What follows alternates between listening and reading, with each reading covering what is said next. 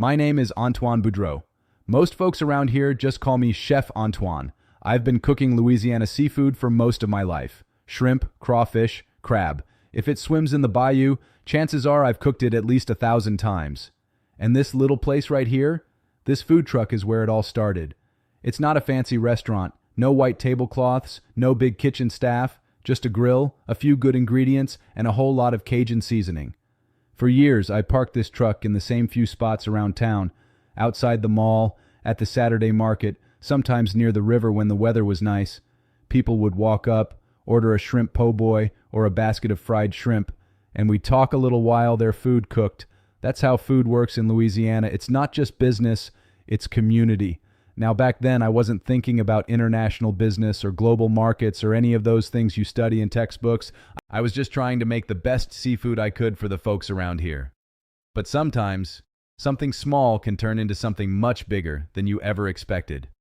And in my case, it all started with one simple idea for a shrimp sandwich. One evening, after a long day of serving customers, the food truck was finally quiet. The last order had gone out. The grill was still warm, and the smell of Cajun spices was hanging in the air. Nights like that are when a chef starts experimenting. You see, cooking isn't just following recipes. Sometimes it's about curiosity. I had some fresh shrimp left over, a loaf of good bread from the bakery down the street, and a few different sauces I had been working on. So I started playing around. First, I seasoned the shrimp with a little Cajun spice and dropped them onto the hot grill. They started sizzling right away. That sound every cook loves to hear. Then I toasted the bread. Next came the sauce, a little spicy, a little smoky, with just enough heat to make things interesting. I stacked the crispy shrimp onto the bread, added the sauce, and finished it with a few fresh toppings. And just like that, the Cajun shrimp sandwich was born. Now, I didn't know it at the time, but that little experiment would end up changing my business completely. The next day, I put the sandwich on the menu, and something interesting happened. Customers tried it once, and then they came back for it again. Pretty soon, people weren't just coming to the truck for shrimp baskets or po' boys, they were coming for that sandwich. And if you think about it, this is exactly how many new products begin. They start small. Someone creates something new in their home country, usually close to the customers they understand best. That's the first stage economists talk about in something called product cycle theory. Innovation usually begins locally, and in my case, it began right here, inside a little food truck kitchen in Louisiana. Now, I've cooked a lot of things in my life. Some dishes people like, and some they forget about pretty quickly. But that shrimp sandwich, that one was different. At first, it started slowly. A few customers tried it, mostly out of curiosity. Then something interesting happened. The next day, some of those same folks came back and ordered it again, and they brought their friends. Pretty soon, people weren't just asking for a shrimp sandwich. They were asking for Ed Antoine's shrimp sandwich. Word spreads fast in Louisiana when the food is good. 1 week later, I started noticing a line forming at the truck before lunch even started. People were waiting, and sometimes 10, 15 deep, just to try that sandwich. Food bloggers wrote about it. Tourists started asking where they could find it. Some evenings we sold out before sunset. But the real surprise came when restaurant owners started stopping by. One of them walked up to the truck and said, "Chef Antoine, that sandwich you're making? I think people in my restaurant would love it too." Then another restaurant owner asked the same thing, and then another. Suddenly it wasn't just customers who wanted the sandwich. Other businesses wanted it too. And that's when something important happens in the life of a product. Before it spreads across countries or continents, it becomes popular. Right at home. Economists see this pattern all the time. New products usually succeed. First in their home market, where the creator understands the customers best. In my case, that home market was right here in Louisiana, and that little shrimp sandwich was starting to become something much bigger than I ever expected. After the sandwich became popular here in Louisiana, something new started happening. At first, I noticed more tourists stopping by the truck. Some were visiting New Orleans for the first time. Others were traveling through the state and heard about the sandwich online. You see, these days, good food doesn't stay secret for very long. Food bloggers started writing about it. People posted photos on social media. Before long, folks from all over the country were talking about this Cajun shrimp sandwich from a little food truck in Louisiana. One afternoon, a couple walked up to the truck and said they had flown in from Chicago, not for a conference, not for a vacation. They came just to try the sandwich. Now that's when I realized something important. People didn't just like the sandwich locally. People everywhere liked it. Soon I started getting messages from restaurant owners in other states, Texas, Florida, Georgia, even places as far away as California. They were asking the same question. Chef Antoine, how can we serve that sandwich here? At first, I tried shipping them some of my spice mix and special sauce. That worked for a while, but demand kept growing. Eventually, I opened a few more food trucks in other cities. Same recipe, same Cajun flavors, same sandwich that started right here. And this is another step economists often see when a new product succeeds. It begins in one place, then demand spreads beyond the original market.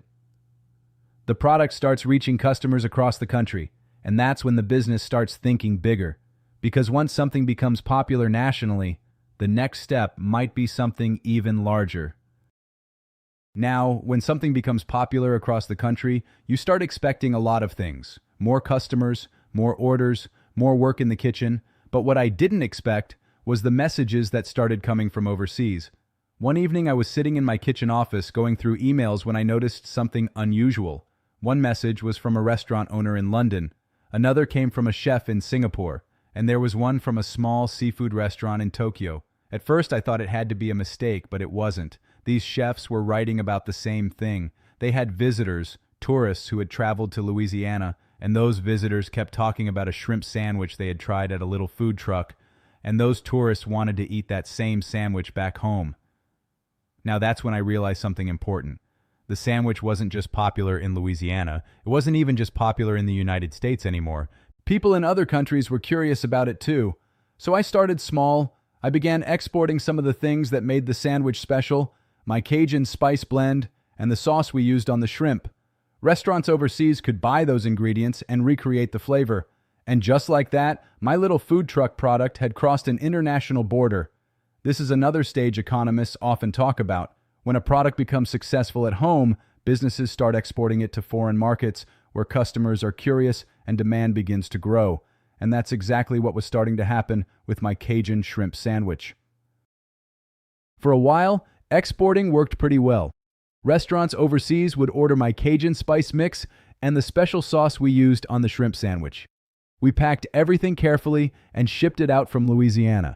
At first, the orders were small, a few boxes here and there. But as more restaurants started serving the sandwich, those shipments got bigger. And that's when I started noticing a problem. Shipping isn't cheap, especially when you're sending ingredients halfway across the world. The sauce had to be packed carefully, the spices had to stay fresh, and if restaurants wanted Louisiana shrimp, that meant refrigerated shipping, which costs even more. Then there was the sandwich itself. You see, a fresh shrimp sandwich is something you make right before it's served. Crispy shrimp, warm bread, hot sauce, that's not the kind of thing you can just put in a box and send across the ocean. It doesn't travel well. So even though customers overseas loved the idea of the sandwich, exporting everything from Louisiana started becoming complicated and expensive. The more demand grew, the more obvious the problem became. This is another pattern economists see when products spread internationally. In the beginning, firms export their products from the home country. But as foreign demand increases, the cost of shipping, transportation, and logistics can become too high. At some point, businesses start asking a different question. Instead of exporting the product, would it make more sense to produce it closer to the customers? After a while, the shipping problem became impossible to ignore. Restaurants overseas loved the sandwich, but sending ingredients all the way from Louisiana was getting more expensive every month. One day I got a call from a restaurant owner in Europe who had been ordering my spice mix for a while. He said something that made a lot of sense. "Chef Antoine," he told me, "what if we make the sandwich here instead of shipping everything from Louisiana?" At first I wasn't sure about that idea. My sandwich was part of my kitchen, my recipe, my way of cooking. But the more we talked, the more it started to make sense. They had great local seafood. They had skilled chefs. And what really made the sandwich special was the recipe, the seasoning, the sauce, and the way everything came together. So we tried something new. I shared the recipe, and we worked together to train their kitchen staff. They used their local shrimp, but followed the same process we use back here in Louisiana. Before long, customers there were eating a sandwich that tasted almost exactly like the one I first made in my food truck. And that's when something important happened. The sandwich was no longer just being exported. Now it was being produced in another country. Economists see this pattern all the time. When demand grows in foreign markets, businesses eventually move part of their production closer to those customers. It reduces shipping costs, makes the product easier to deliver, and helps the business grow even faster. In other words, the product that started in Louisiana had just entered its first foreign kitchen. Once the first foreign kitchen started making the sandwich, something interesting happened. Demand kept growing. At first, it was just that one restaurant overseas making the Cajun shrimp sandwich using my recipe. But word spread quickly, just like it had back in Louisiana. Soon, other restaurants in nearby cities wanted to serve it too. Then restaurants in other countries started reaching out. Some had customers who had traveled to Louisiana and remembered the sandwich. Others had simply heard about it through chefs and restaurant networks. Before long, the sandwich wasn't just being made in one foreign kitchen anymore. It was being made in several. Restaurants in different parts of the world were preparing their own versions, using local shrimp but following the same Cajun recipe that started in my food truck. And something else changed too. At this point, it no longer made sense to produce everything back in Louisiana. Most of the cooking was happening close to the customers themselves, in kitchens around the world. That's another stage economists often describe in what's called product cycle theory. In the early stages, a new product is invented and produced in its home country. But as the product becomes more popular internationally, production gradually shifts closer to the foreign markets where customers live. By that point, the product has truly gone global. And that's exactly what happened with my Cajun shrimp sandwich. Something that started on a small grill in a Louisiana food truck was now being cooked in kitchens around the world.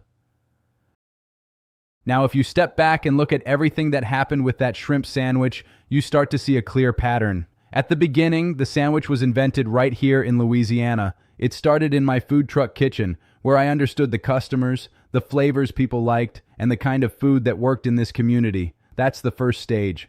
A new product is usually developed in its home country, close to the people who create it and the market they know best. Then something else happened. As the sandwich became popular, people outside Louisiana wanted it too.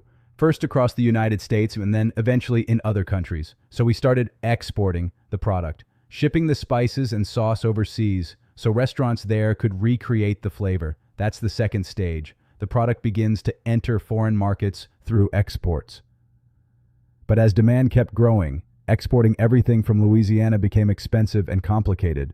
Shipping costs increased, fresh ingredients didn't travel well, so eventually the sandwich started being produced in kitchens closer to those international customers.